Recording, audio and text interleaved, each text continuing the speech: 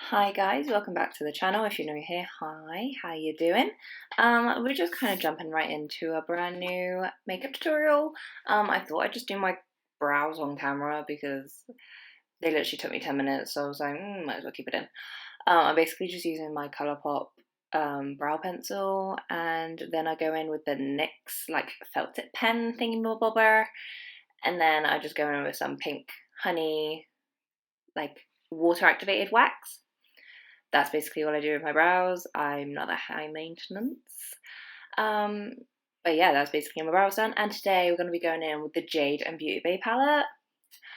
So I've had this palette for a month maybe, and I have yet to actually use it. Mainly because I just haven't been very motivated and like inspired. But yeah, today I felt especially inspired and I just wanted to get all those colours on my eyelids basically. So that's what we're doing today. And I will just say it's got 42 shades in, I believe. Um, I don't, do I give you my review now? I might as well talk through. I'm going with the deepest. It looks like a deep red, but honestly, it's got hints of like a purple plum to it. It's called Angel of the North, and I think it's probably if I can get my words out, I think it's probably my favorite shade. And I know that's like so boring, like oh, a deep burgundy plummy red, but honestly, it was just so easy to blend, and it was so pigmented and it was just so yummy. It's just a yummy matte colour. It was just really, it was just a good standard matte shade. Like, I don't know what else I can say about it. But as you can see, I'm kind of pretty much aiming towards the outer corners with that colour. Just really building it up, really getting that kind of wing shape going. You know, I love a wing. And then I go in with this red, and to be honest, you don't need to go in with the red, I don't think. I think I just wanted to help it blend out, and I guess it kind of did that, but I, yeah, I guess you don't necessarily have to use the red. I just wanted to try and use as many of the colours as I possibly could. So yeah, I just used the red there to kind of help blend out that burgundy shade. And then there's two oranges in the palette. One's like slightly more neon than the other. So the one that I'm using there is a slightly more neon one. And I kind of was like, oh, is that too neon for what I'm going for here? Honestly, I didn't know what I was going for. I hadn't actually planned out the look in my head. It was completely winging it, to be perfectly honest. So I went in with the other orange, and it was slightly more toned down. It was less neon and more pumpkin, if that makes sense. So I went in with that orange as well, and just kind of buffed it all out. Yeah, I had no idea what I wanted to do for this look. I just knew I wanted to try as many of the shadows as possible and just have a real feel of the palette. I will be using this palette again because it is such good quality. The shimmers, I say, are quite similar in texture and as in payoff as well to the Beauty Bay and made by Mitchell, Mama Mitchell palette. Now I love that palette, and I would say they're very similar in just, yeah, not as in the colours, but like as the texture and the payoff. I say they're quite similar in that way. Next I go in with this yellow shade. It's a very odd yellow. It's very mellow yellow. Do you know what I mean by that? Like it's not a bright yellow, so I did have to really pack it on just because it is quite a mellow yellow. I hope you know what I mean when I say that. But like nonetheless, it still worked. It still, gave me what I needed. I just had to, do a couple of dunks basically. But it was all good. It did what I needed it to do. So yeah. And so I kept building it up. I was like, oh no, am I gonna make this look like every other cut crease that I've ever done? But I didn't actually. It turned out really nice. So as you can see, I've gone in with the black and then with the burgundy colour. So I do the black first and kind of create a bit more of a deeper wing shape because I just thought it needed a bit more depth. And then I blended it out with that burgundy shade because I didn't want the black to look too harsh. But that black, may I just say, so easy to blend out. You only need a little tiny kind of dunk. You don't need to like really go in with it, and you get like so much payoff. Like it's so pigmented. So yeah, only go in with a little bit, and then when I applied the burgundy shade, it was just doing the blending for me, to be perfectly honest, which made it so much easier. So I think that's really crucial for me. Like, I need a good black in the palette. Is that just me? I feel like if a palette doesn't have a black in it, like, is it?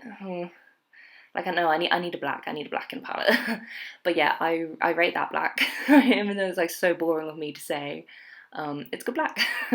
And as you can see, I'm just kind of helping it make that kind of shape that I'm going for, doing a lot of blending. And I am doing a cut crease. Now, it's been about a month since I've done a cut crease, so bear with me. It did take me a while to get the shape even, but we made it in the end. But yeah, I wanted to go for very dramatic cut crease. Obviously, I pat it down. I always pat it down just because any excess, fluidy, mixture, it doesn't go well when you apply matte products or any sort of products onto something that's not blended, basically. So I just like to use my finger to kind of blend that product out. And then, as you can see, it took me a while. I mean, a while to figure out what I wanted on that cut crease. In the end, I went for pink because I was like, oh, I don't want to go gold because I think I've done that before, I wanted to do something a bit crazy, a bit out there. So I did go with the pink. I went in with the deeper pink first, but then I did think, like, it didn't look right, so I was like, I had to, have a proper think and what I could do. So I do show you in a minute. I go in with this shade first. It's beautiful, by the way. I love it. I had to do a couple of coats, but it was really nice. It blended with that darker pink really nice. But yeah, as I was saying, to make it seem like more like cohesive, I got a matte pink. I will show. I think I showed. Do I show you? Do I show? Yes. So under my finger, I accidentally didn't show the pan. Okay, my bad. But yeah, that pink. Oh my god. I literally only dabbed it the teeniest bit, and it wanted to stay. Okay, but yeah, I just added a bit of that matte pink to kind of help blend between the burgundy and the shimmer, and I think that made it a whole lot better. It's the little things, So yeah, but yeah, I want to do a makeup look with that matte pink. I think it's going to be unnecessary because that matte pink is just like, wow. So yeah, I just kind of go in with a standard line pretty much, and then I go in with the black shadow and just kind of help buff the edges of that liner out. I just want basically a base to put my lashes because I was going for quite chunky lashes today, and I just, I didn't want you to see the band. So yeah, you don't have to do a liner, but I just thought it kind of helped the look come together.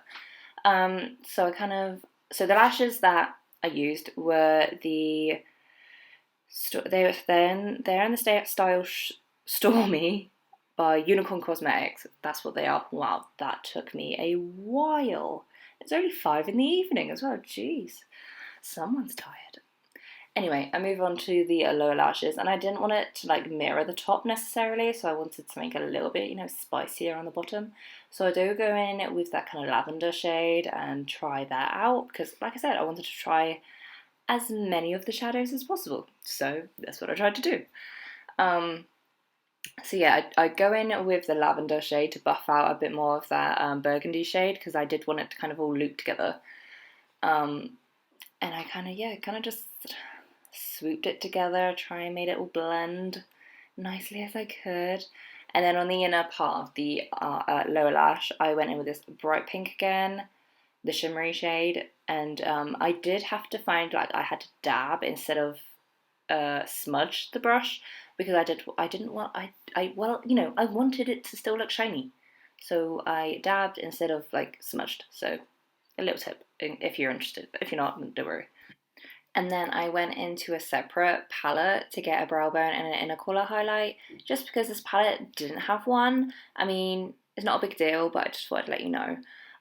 So yeah, guys, that's pretty much the look. I hope you enjoyed. If you did, feel free and give us a thumbs up. Leave a comment down below of what you thought of the look. And feel free and subscribe. I mean, please. And I guess I'll see you guys in the next video, which, I don't know, it might be a Colourpop testing video, or it might be this palette again, because I am so obsessed with this palette. I mean, look at those colours. I am literally obsessed. But yeah, I'll see you guys in the next one. Bye. Thanks, Coda. Coda! Oi! Oh, say hello. Oh, say hello. Oh, yes, that's so nice. Oh, yes.